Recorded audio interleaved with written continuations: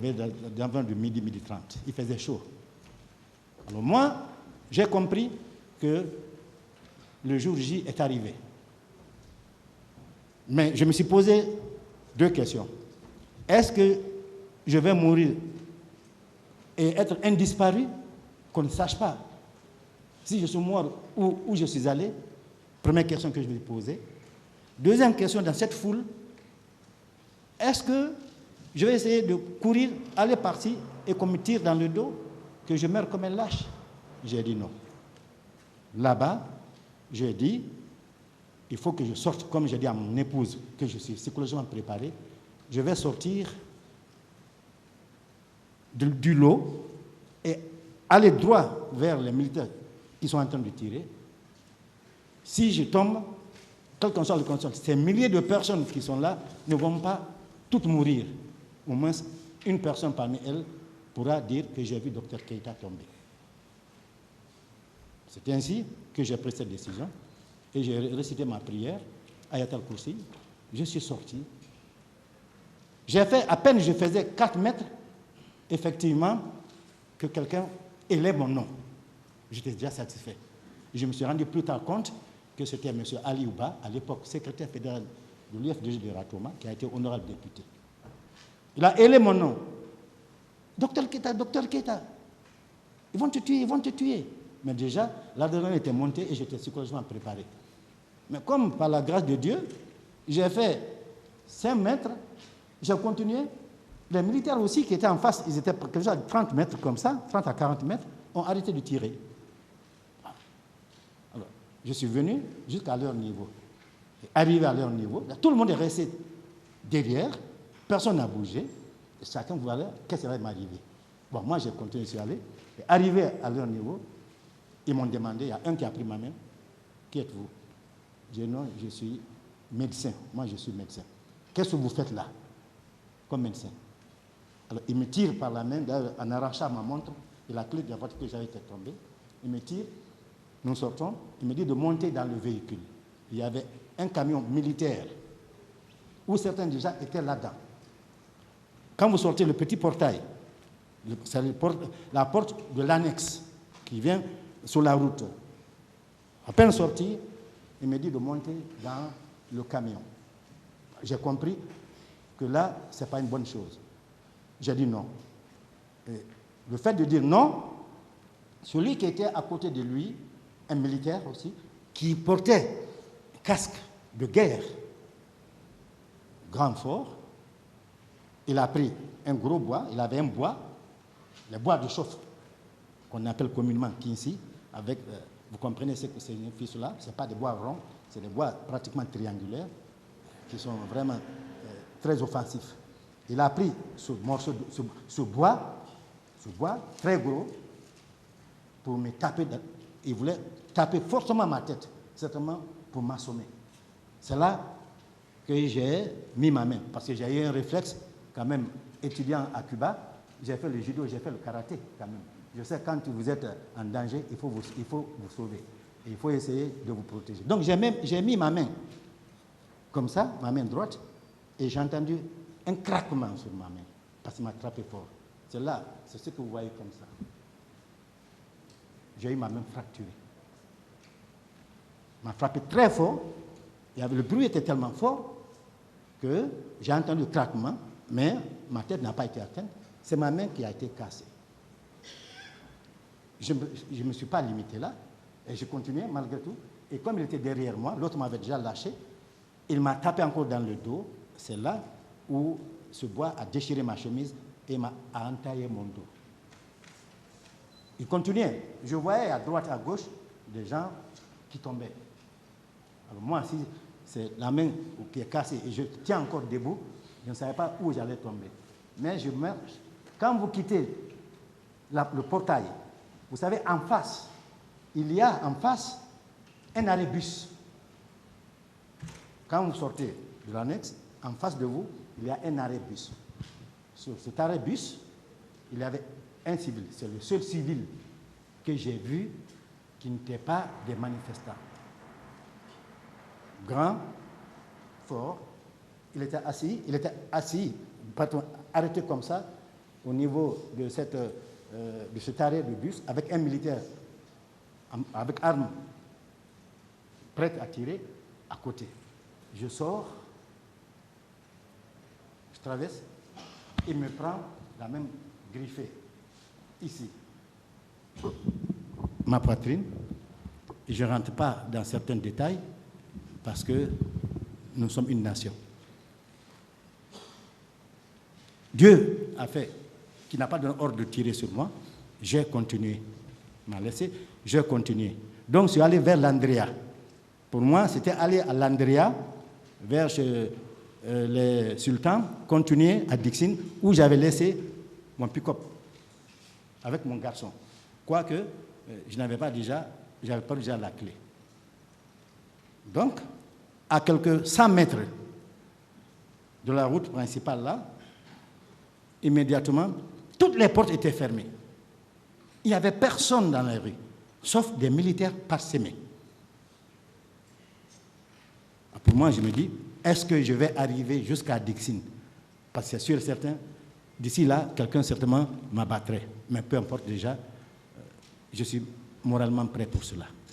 Donc, comme Dieu, ce jour, je ne devais pas mourir, il y a entre-temps, à 100 mètres, à gauche, un portail s'est ouvert.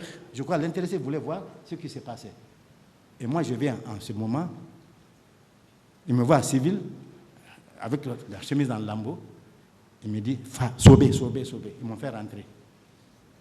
Alors, quand je rentre, il me faut asseoir sur une chaise, il ferme le portail, et c'est là où j'ai commencé à sentir la douleur. Parce que l'adrénaline avait déjà baissé dans mon corps, je me sentais déjà en sécurité quand même. Je sais là-bas que ce n'est pas des militaires, c'est des civils et c'est des personnes qui veulent m'aider. J'ai senti la douleur. Je regarde maintenant, ma main était cassée. Et mon dos avait commencé à me faire mal parce que j'ai compris pourquoi je saignais. Cette famille que je ne cesserai de remercier m'a déshabillé. Ils m'ont envoyé dans la douche, ils m'ont montré, je suis allé avec les garçons, parce que j'étais complètement désorienté. Ils m'ont bien lavé et ils m'ont habillé. Ils m'ont fait coucher dans un lit là-bas pendant au minimum 30 à 40 minutes. Et après, quand j'ai récupéré mes esprits, ils m'ont envoyé chez une vieille, parce qu'ils ont vu ma main était cassée, chez une vieille près de la maison là-bas. Ils m'ont envoyé chez une vieille tradipraticienne qui a tiré ma main pour essayer de la redresser. Et après, ils sont revenus là-dedans. Ils m'ont ramené dans cette famille. Je peux même aller vous montrer cette famille encore. Elle existe bel et bien. Et après, je suis resté là. 45 ou 1 heure de temps après, mon téléphone crépite. Qui est au bout du fil? C'est Hadja Alimatou, que je ne cesserai de remercier. Hadja Alimatou m'a appelé. Il m'a dit, docteur, mon frère, où tu es? Je dis, je suis à Dixine, dans une famille. Il dit, mais ça va? Je dis, ça va, sauf que j'ai été blessé, mais je suis en vie, j'ai été fracturé. Il dit, bon, indique-moi où c'est. Je l'ai indiqué, la zone. Elle dit donc qu'elle va envoyer me chercher. Et effectivement, quelques 20 à 30 minutes après, c'est la Croix-Rouge, un véhicule, la Croix-Rouge, qui vient me chercher de l'Andrea là-bas pour m'amener à Donka. À Donka, je rentre aux urgences, c'était vers 14h, 14h30. Je n'avais plus ma montre. Mais il n'était pas encore 15h. Et midi était passé. À Donka, je rentre dans les urgences. Je vois des jeunes, des femmes étalées, gémissant. Moi, je rentre. Comme je tenais debout, et j'avais récupéré mes esprits, je n'avais que la fracture et la plaie au dos, je tenais debout. Je suis allé m'asseoir. Assis, en attendant que je reçoive mes soins, qui je vois, c'est là où je n'ai pas du tout été à l'aise, Je peux comprendre un militaire, à la limite, au pire, il est formé pour tuer ou pour se faire tuer. Ça ne surprend pas quand un militaire tire. C'est le serment. Le militaire exerce. Il applique l'ordre avant même de penser, avant de demander. C'est pour cette raison que je n'ai aucune haine contre quelque militaire que ce soit. Tous ceux qui ont tiré là, je n'ai aucune haine contre eux. Parce qu'ils ont reçu les ordres. Alors, le médecin a un autre serment, ce qu'on appelle le serment d'Hippocrate. Et là, c'est là où j'ai eu un choc. Le vrai choc, c'est là où je l'ai eu. Que le militaire frappe, je ne savais pas que les femmes avaient été violées, parce que je n'ai vu personne être violé. J'ai vu des gens tomber, j'ai vu qu'on m'a frappé, certainement on a frappé des gens, mais je n'ai vu aucune femme violée, là. Le temps que je descende et que je sorte jusqu'à l'Andrea. Mais quand même, pour moi, les militaires, ils ont reçu l'ordre. On ne les en veut pas. Alors, assis aux urgences, c'est le ministre de la Santé, à l'époque, qui a un confrère, qui est militaire, qui a prêté 2 serments. C'est là où je vais chercher à comprendre. Je suis là aujourd'hui pour comprendre. Je vous ai dit, je n'ai absolument aucune haine contre qui que ce soit. Aucune haine contre qui que ce soit. Je ne crie non plus vengeance pour quelque motif que ce soit. Et je ne veux aucune indemnisation, ni matérielle ni financière, pour quelque motif que ce soit. Je veux comprendre. Vous savez, quand vous comprenez quelque chose, vous pouvez tolérer. Quand vous comprenez, vous pouvez supporter. Si la femme, permettez-moi de faire cet écart, si nos mamans ne comprenaient pas pourquoi elle accouchait, elle donnait vie, aucune maman, aucune femme n'allait pardonner son mari. Parce que s'il y a des médecins dans la salle, ils savent, ceux qui ne sont pas médecins ne le sauront jamais, parce qu'ils n'assisteront jamais à cela. Une femme, il n'y a pas de douleur plus que cette douleur quand elle doit donner naissance à un enfant. Il n'y a pas.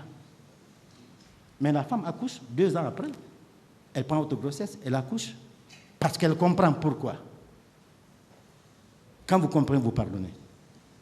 Alors, Monsieur le Président, mon récit, ce n'est ni pour les magistrats de la droite, de la gauche ou de la droite, c'est-à-dire ceux de la partie civile ou ceux de la défense, parce que chacun joue son rôle. C'est compréhensif. Chacun tirera le drap de son côté. C'est compréhensif. C'est leur rôle. Ils ont prêté serment pour cela. C'est pour vous que je parle. Cette auguste cour, pour éclairer votre lanterne, je n'ajouterai absolument pas un iota sur ce que j'ai vu. Peut-être que j'éviterai pour certaines raisons de rentrer dans certains détails pour la sensibilité et pour la pudeur. Mais je n'ajouterai absolument aucun détail sur ce que j'ai vu. Je suis un leader, je suis très sain dans mon esprit, j'ai de grandes ambitions, c'est pourquoi je suis dans la politique, et je pense même, et je veux même, un jour être président de la République. C'est pourquoi j'ai créé un parti. Donc je suis prêt, moralement et psychologiquement. Rien ne m'impressionne, et je n'impressionnerai personne. Je cherche seulement à ce que cette auguste cour ait toutes les informations pour des décisions à prendre dans le bon sens, pour que la Guinée se réconcilie avec elle-même. Donc, le ministre de la Santé rentre. Je le vois, parce qu'il passe à moins d'1 mètre de moi, voire même quelques 30 cm. Il rentre, il n'est pas armé, il a ses gardes-corps avec des militaires. Alors pourquoi je vais chercher à comprendre pourquoi ce ministre à l'époque de la Santé, qui a prêté le serment d'Hippocrate, n'a pas agi comme un médecin. Alors, je me dis, s'il a préféré être militaire, il doit renoncer au titre de médecin. Parce que là, ce jour, il n'a pas été un homme assermenté en médecine. Il n'a pas frappé qui que ce soit.